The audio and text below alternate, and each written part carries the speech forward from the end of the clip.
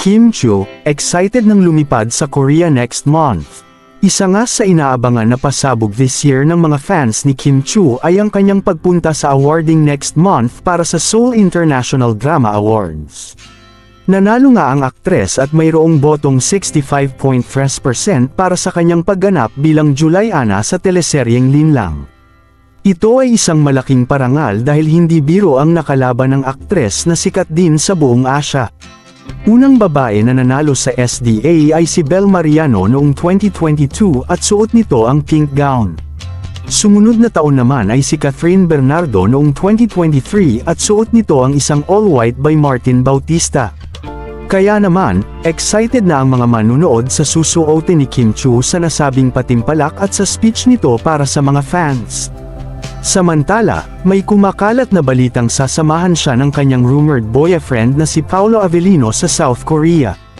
Ayon sa isang source, sasama si Paolo Avellino upang magpakita ng suporta sa napakalaking award na matatanggap ng dalaga. Magiging emotional support din ito kung sakaling kabahan ng aktres. Inamin naman ng isang staff na kasama si Paolo Avellino noong nakaroon ng fitting para sa gown na susuotin ni Kim Chu.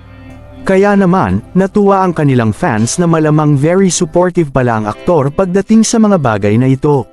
Samantala, kinakabahan naman si Kimi sa kanyang gagawin sa stage pagdating ng awarding.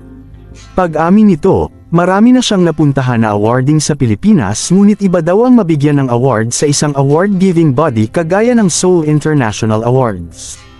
Napanood kasi niya ang dalawang Pilipina na pinarangalan na sina Bel at Catherine kaya medyo na-pressure siya sa sasabihin. Samantala, bumuhos naman ang pagbati mula sa iba't ibang kasamahan nito sa showbiz nang mag-post ang aktres na pormal na siyang naimbitahan sa patimpalak. Ayon sa mga ito, proud na proud sila sa kanyang ginampanan na role na July Ana at deserve niya ang manalo sa katunggali.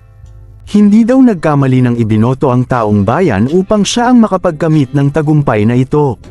Maraming beses naman rin napatunayan ni Kim Chu na magaling talaga siya pagdating sa drama at comedy. Record-breaking din ang tambalan nina Paolo at Kim sa teleseryeng Linlang kaya natutuwa ang mga kapamilya executive sa tagumpay na nakamit.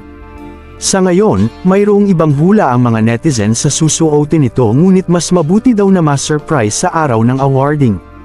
Excited din sila sa pagdalo ni Paolo Avellino sa awarding na ito. Sana daw ay totoo ang sinabi ng source at nang kasilayan natin kung paano alagaan ni Paolo si Kim. Anong masasabi ninyo sa balitang ito? Comment down below. Maraming salamat sa panunood at huwag kalimutang mag-subscribe for more videos.